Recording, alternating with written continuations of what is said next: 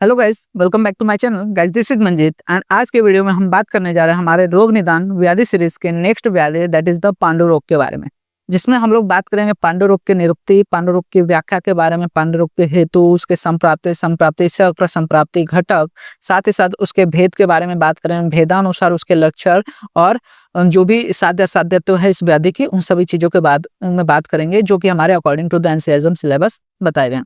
तो चलिए स्टार्ट करते हैं। सबसे पहले हम बात करते हैं पांडु रोग की निरुक्ति के बारे में। तो बेसिकली बोला गया कि पांडु रोग का नामाभिधान वर्ण विकृति के सिद्धांत से किया गया है। मतलब कि जो पांडु रोग है इसमें वर्ण विकृति होती है और उस वर्ण विकृति के कारण ही इसका नाम पांडु रखा है। मतलब कि इसमें क्या होता है कि जो शरीर होता है वो पांडु वर्ण का हो जाता है, इसी कारण इस रोग को हम लोग ने पांडु रोग कहा है।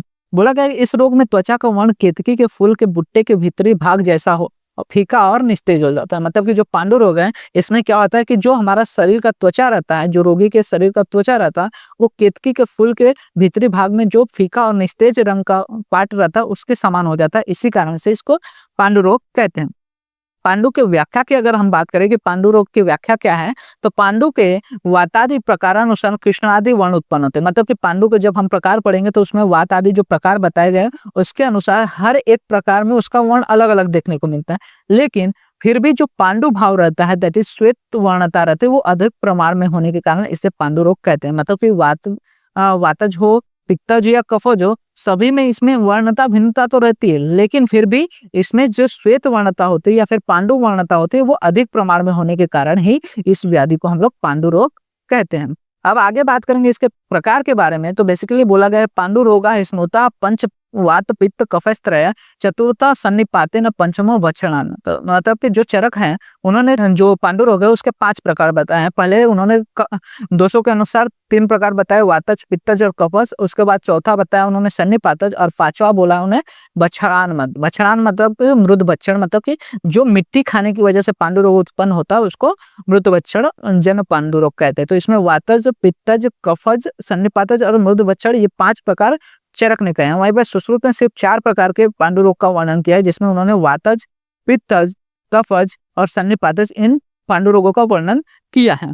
वहीं पे हम बात करेंगे अगर इसके हेतु के बारे में कि किन किन कारणों से यहाँ पे पांडु रोग की उत्पत्ति मानी गई है। तो बेसिकली जो पांडु रोग है उसमें पित्त दोष का ज्यादा प्रमाण देखने को मिलता है, क्योंकि पांडु रोग में क्या होता है कि जो शरीर का वर्ण होता है वो चेंज हो जाता है। अब शरीर का वर्ण कौन बना के रखता है? रक्त, क्योंकि रक्त का काम क्या होता है? रंजन करना। और ऐसे कंडीशन में जब पित्त दूषित होता है तो वो रक्त के साथ आश्रय होने के कारण रक्त को भी दूषित करके पांडु वर्णता उत्पन्न करता है। इसी कारण इसके जितने भी हेतु आप देखोगे उसमें बेसिकली पित्त की दुष्टि करने वाले हेतु आपको देखने को मिलेंगे। जैसे यहाँ पे क्षार, अम्ल, लवण एवं उष्ण पदार्थों का अत्यधिक सेवन करना, विरुद्ध आहार, असाध्य भोजन का सेवन करना, निष्पाव मांस, पिण्य, तेल आदि द्रव्यों का अत्यधिक सेवन करना, विदग्धता जीर्ण होना या फिर अव्यायाम, अत्यधिक मैथुन करना, मतलब जरूरत से ज्यादा मैथुन करना, अति व्यायाम करना, दिवा स्वाप करना मतलब दिन में सोना, पंचकर्म जो चिकित्सा है उसको सही प्रकार से भली बातें न करना, ऋतु के अनुसार संशोधन आदि कर्म न करना,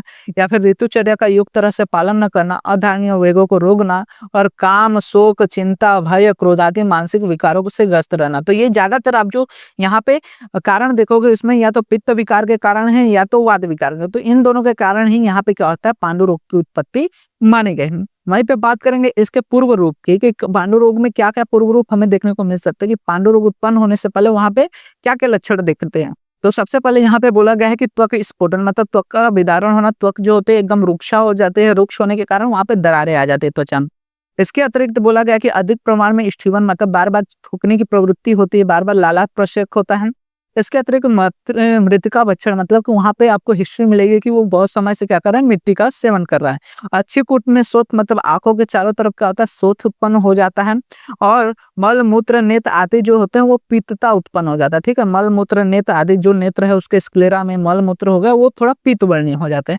हृदय स्पंदन में वृद्धि, मतलब कि हार्ट रेट बढ़ा हुआ देखने को मिल सकता है। स्नेह कम हो जाता है, मतलब शरीर में क्या होता है, मृतिका आदि की भक्षण के कारण रुक्षता बढ़ जाती है, जिसके कारण शरीर का स्नेह कम हो देखने को मिलता है, जिसके कारण वहां पे त्वचा रुक्ष फटी हुई दिखने को मिलती है। श्वेत प्रवृत्ति कम प्रमाण में उत्पन्न होती है और साथ ही साथ अंगसाद, अरुचि, अग्निमाद और श्रम, मतलब थोड़ा सा भी काम करने में थकावट आ जाना, ये सारे लक्षण यहाँ पे देखने को मिलते हैं इन केस ऑफ द पूर्व रूप ऑफ पांडु रोग।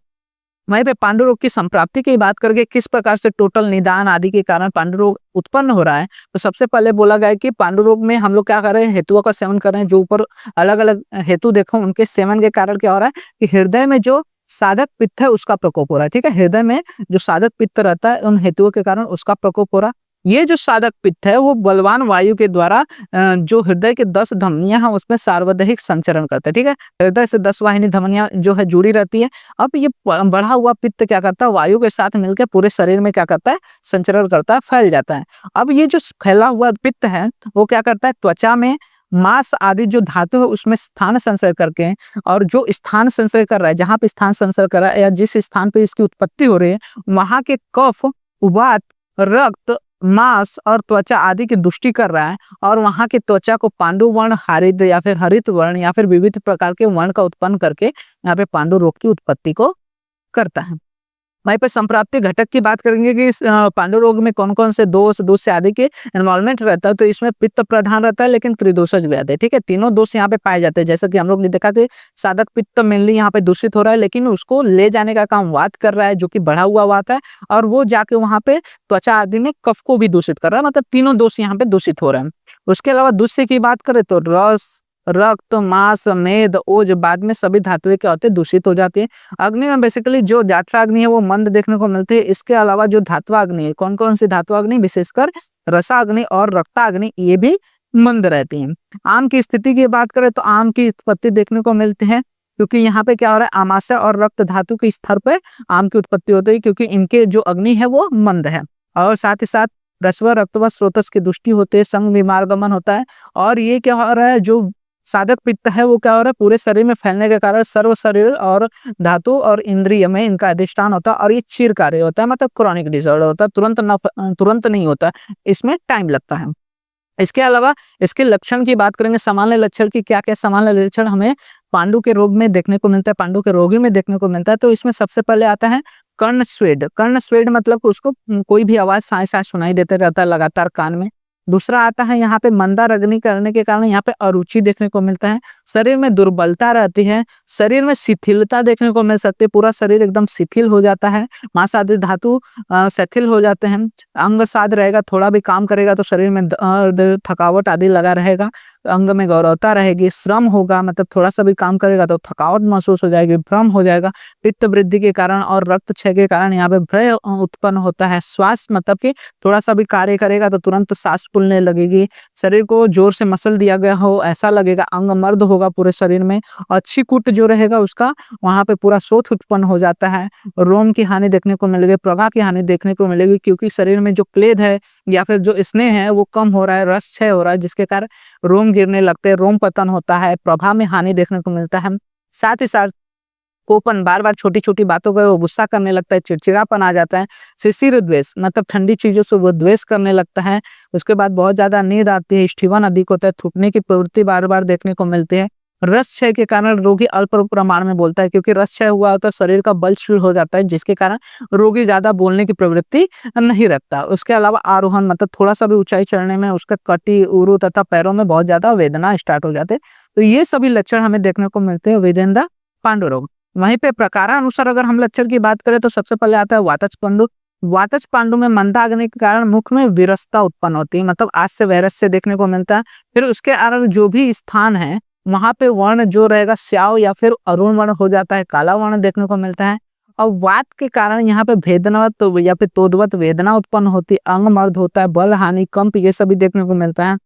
और वात के डिफरेंट डिफरेंट गुण के कारण यहाँ पे पार्श्व सिर, सूल, ये सभी देखने को मिलता है। और साथ ही साथ अनाह देखने को मिलता है। और सामरस से अवरोध जन वात प्रकोप होकर पूरे शरीर में मतलब सार्वदैहिक शोथ की भी उत्पत्ति देखने को मिलती है। तो ये सभी लक्षण हमें देखने को मिलता है इन केस ऑफ द वातज पांडु। वहीं पे पित्तज पांडु की बात करेंगे तो पित्तज पांडु में बेसिकली वहां पे पित्त, जैसे हम लोग ने वातज में देखा कि हर जगह पे क्या हो रहा है, श्याव या फिर अरुण वर्णता हो जा रही है, वैसे ही पित्तज में सभी जगह क्या होता है, दाह रहती है, और यहाँ पे वर्ण जो रहेगा वो पित्त या फिर हरित हो जाता है, कटु आस्यता रहेगी। आस्य वायरस से हमें वातज में देखने को मिलता है, इसमें कटु आस्यता, अम्ल उद्गार देखने को मिलेगा, विदा होने से विदग्धता होते, पित्त बढ़ा होने के कारण जो भी खाना खाएंगे वो तुरंत जल जाएगा, विदा होने लगेगा, एसिडिटी होगी जिसके कारण रिगर्गिटेशन देखने को मिलता है। साथ ही साथ तृष्णा, ज्वर, अतिसार, मूर्छा, स्वेदा अधिक ये सभी लक्षण इसमें देखने को मिलते हैं। दुर्गंध क्योंकि स्वेदा अधिक होने के कारण पूरे शरीर में दुर्गंध बढ़ा हुआ रहता है। शीत पदार्थ खाने की इच्छा होती है, पित्त बढ़ा हुआ होता है, तो ऐसे कंडीशन में पूरे शरीर में दाह होता है, तो उससे उपशय प्राप्त करने के लिए शरीर में शीत पदार्थ की इच्छा होती है। शीत अन्न पाने से उसको सुख अनुभव होता है, और अगर उसने उष्ण और अन्न द्रव्यों का सेवन किया तो वो उसको अच्छा नहीं लगता। ठीक है, तो ये सारी चीजें हमें पित्तज पांडु में देखने को मिलते हैं। वहीं पर कफज पांडु की बात करें तो कफज पांडु में हमें त्वचा, सिरा, नख, मुनेत्र, मूत्र, मल, मूत्र आदि स्थानों में श्वेत वर्णता देखने को मिलते हैं। वहीं पे आलस्य, क्लम, अंग गौरव, अंग साध ये सभी लक्षण दिखाई देते हैं। मधुर आस्यता, मुख प्रसेक, अरुचि, छर्दी ये सब लक्षण मंदाग्नि के कारण देखने को मिलते हैं, क्योंकि कफ का द्रावक गुण या फिर कफ का जो शीत गुण के कारण वहां पे अग्नि मंद हो जाते हैं, जिसके कारण ये सभी लक्षण यहाँ पे प्राप्त होते हैं।